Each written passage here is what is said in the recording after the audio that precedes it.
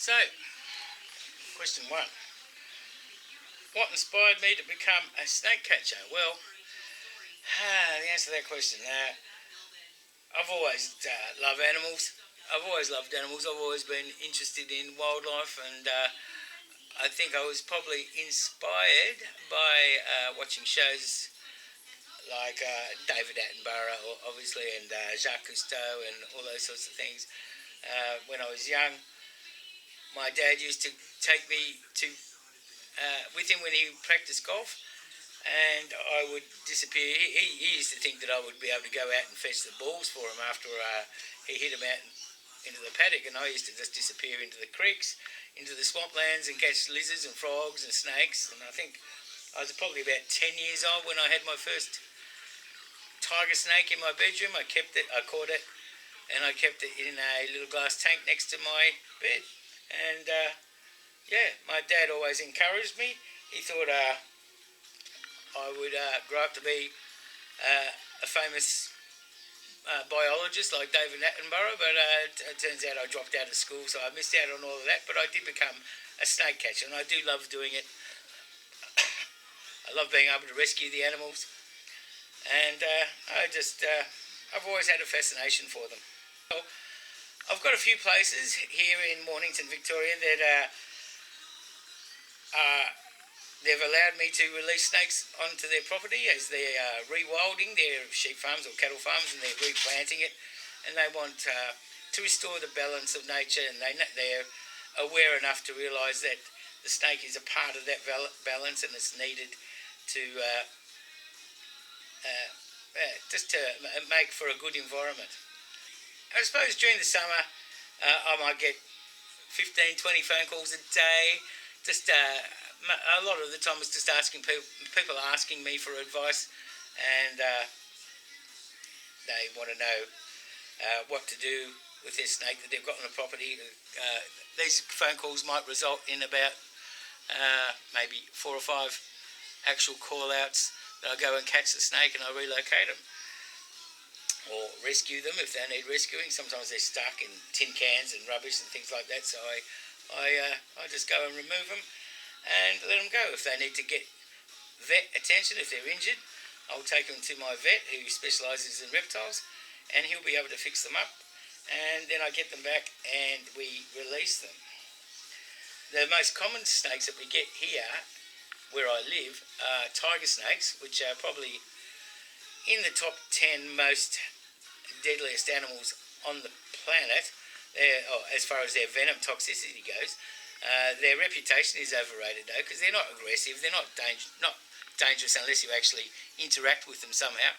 You have to step on them or try to kill them or hurt them or scare them to initiate a bite. So most of the time the snake will try to get away from us.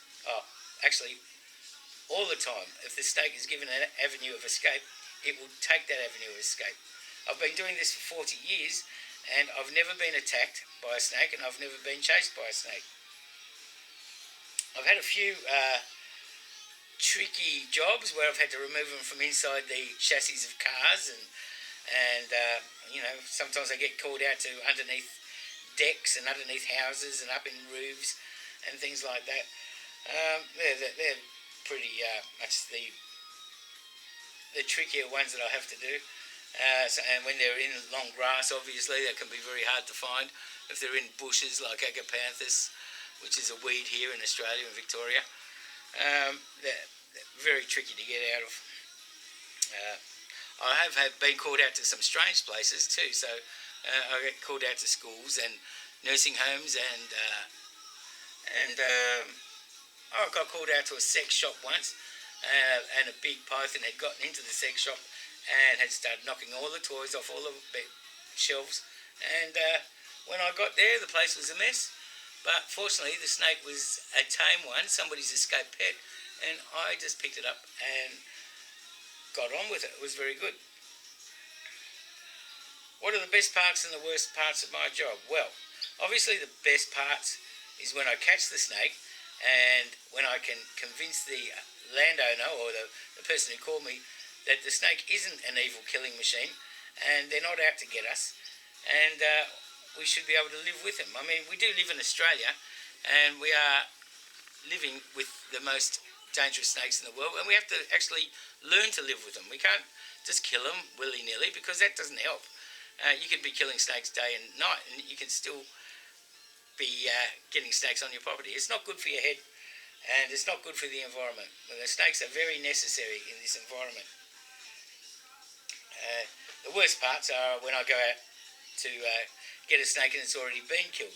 They ring me up, and then 5 minutes before I get to the house, they ring me and say, "Oh, I've killed it. Oh, it's okay. You don't have to come now." So that's very annoying, and a little bit depressing when the amount of people that will tell me a good snake is a dead snake, and get the shovel and all that sort of stuff. I was at one job where there's a 12-year-old kid, a couple of kids there, and I said to the guys, I said, "So what are you kids going to do when you see a snake?" And the 12-year-old kid is turned around and he said, "I'm going to kill it." I said, "Well, that's just crazy. You're going to get yourself bitten if you try to kill a snake. Like I said, they're only going to bite you if you scare them or try to hurt them." So, like I said, I've never been bitten by a snake, I've never been attacked by a snake, and I've never been chased by a snake. Their reputation is highly overrated. While they are venomous and they're deadly and all that, they're very shy and very gentle, and they're very, very scared of us. When a snake looks up at us, all they see is a giant predator trying to kill them and eat them. That's all they think. And they will either fight or they'll flee. And if you give them a chance to get away, they will always take that chance. Was there ever a point in my career when I've been nervous around snakes? Not really. I don't get nervous around snakes. I just don't feel any fear when it comes to snakes. Now, if you say the same thing about women or children or horses, it would be a different answer. But yeah, no, snakes have never been an issue for me. I just walk up to them, I treat them like with respect, and they seem to respond well to me. You know, I know which way to zig and which way to zag, so I can handle a snake without getting bitten. It just comes naturally, I think. The fear of snakes is biblical, actually. It comes from that little black book, and it's also put into us by our parents. The fear of snakes is not something that we are born with. We are not hardwired to be scared of snakes. The fear has always been one that has been learned. So, when we're born as babies, we only have two fears. With the fear of falling and the fear of loud noises. And every other fear after that is put into us by our mum or our dad. So, I'm happy to do this show for you. I'm happy to do whatever you need if you get back to me. Probably easy to ring me, but my name is Barry Goldsmith. My business is Snake Catcher Victoria, and I'm here to change attitudes. That's all I want to do. I don't care about anything else. I just want Australian people to act like Australians. I've noticed Australian people are very bad at being Australian because they seem to just want to kill things, and if they don't understand it, they want to chop its head off or they want to kill it. Chopping a snake's head off is illegal in Australia. We are not allowed to do that. It's classed as animal cruelty because while the body wriggles around with nerves, the head is still alive and she's watching you. That little head is watching you. She's waiting for you to pick her up. A lot of people do get bitten when they bend down to pick up their head because the head has watched you put her body into the rubbish bin, and then she's still watching when you bend down to pick up her head.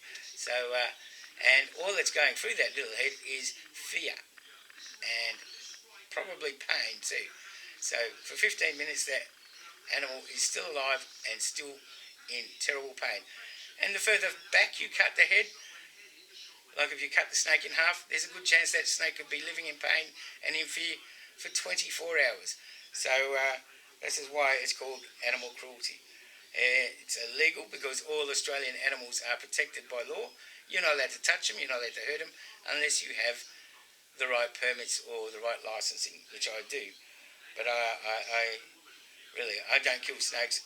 If ever I have to kill a snake, it makes me sad. It's usually because the snake has been terminally injured by a dog or a car or a human with a shovel. We get a lot of that. So I hope that's good enough for you. I'm going to send this little video to you, and you can tell me what you think, yeah? Cheers.